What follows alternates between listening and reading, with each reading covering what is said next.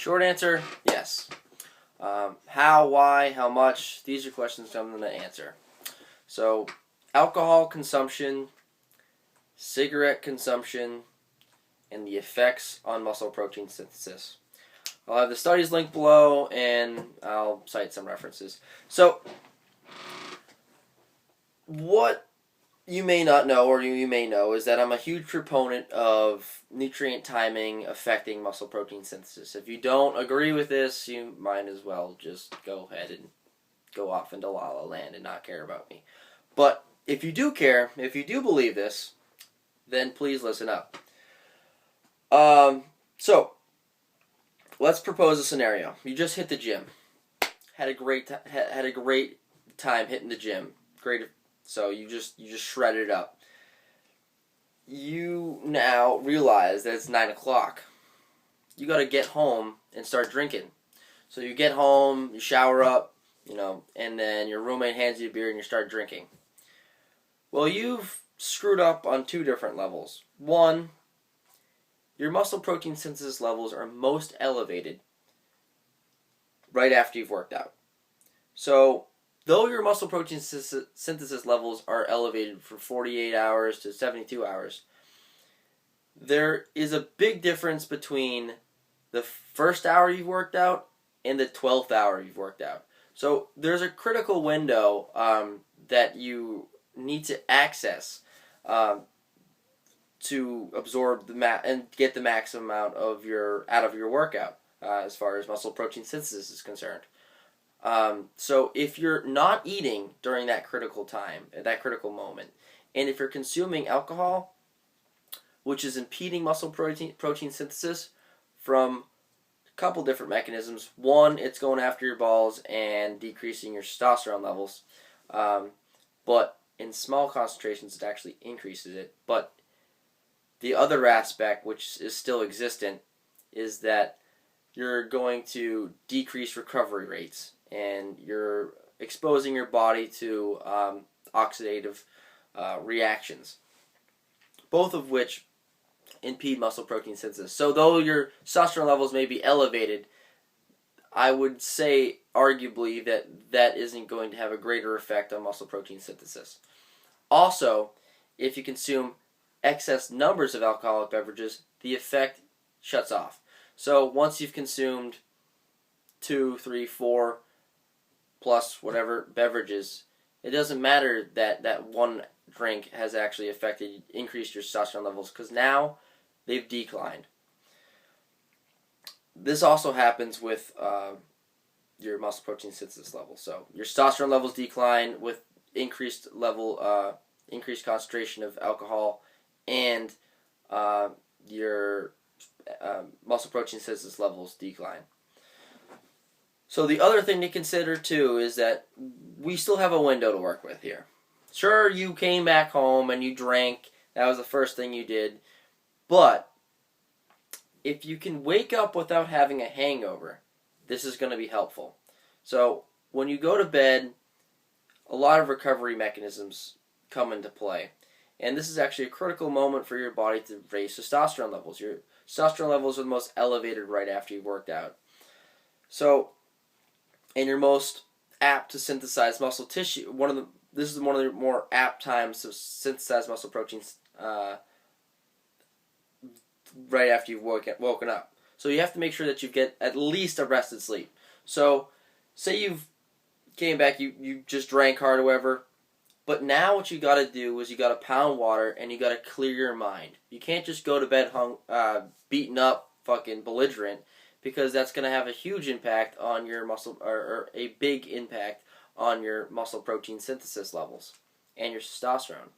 So if you can get rid of the alcohol out of your system before you go to bed, that's going to be really helpful, because you have 48 hours to synthesize muscle tissue, and you might as well at least try and get rid of the alcohol while you can and synthesize the muscle protein in the morning. So that covers alcohol and testosterone and muscle protein synthesis. Now, let's propose the same scenario, but let's throw in cigarettes.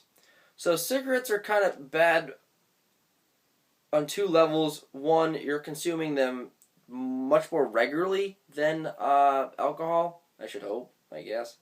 Maybe not. I don't really know, actually, in that stance. But generally, people consume cigarettes more regularly and more frequently than alcohol. So this is going to have an effect on your overall ability to synthesize muscle protein synthesis. So unlike alcohol where there's an acute effect, this is going to have not only acute effect, but it's also going to have a long-term effect. So now, from that first hour, that first cigarette is going to have a big impact on your muscle protein synthesis, especially after you've just worked out, or especially after you've just woken up.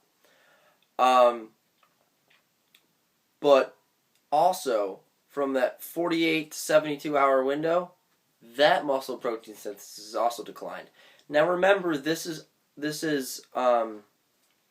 quantity dependent too, but that first cigarette is going to have a very large effect in comparison to that second cigarette, per se. Even after you've just worked out, 2 cigarettes is bad, but that first cigarette, just because you've introduced these more toxins that one time, is going to have a very big impact. It's a matter of diminishing return, or diminishing non-return, I guess, in this case.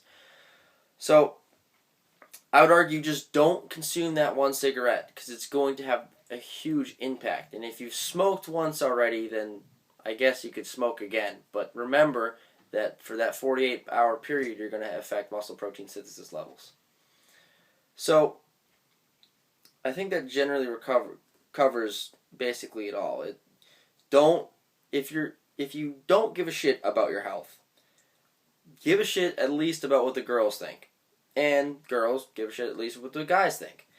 You're going to want to synthesize as much muscle as possible, because you just hit the gym and worked your ass off. You might as well actually eat right and do the right things to get the proper fitness level or benefit out of it. Now, am I saying to go ahead and, become a, bodybuilding, centralized, unsociable idiot? No.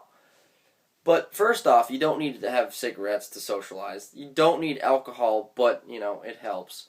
So that's a little bit more of a touchy subject. But I would say, if you're going to consume alcohol, do at least the things that I said. Make sure that you eat right after you've worked out. Try and mitigate how much alcohol you've consumed. Have fun, though, of course. And remember that these are all things. Alcohol creates fatty liver.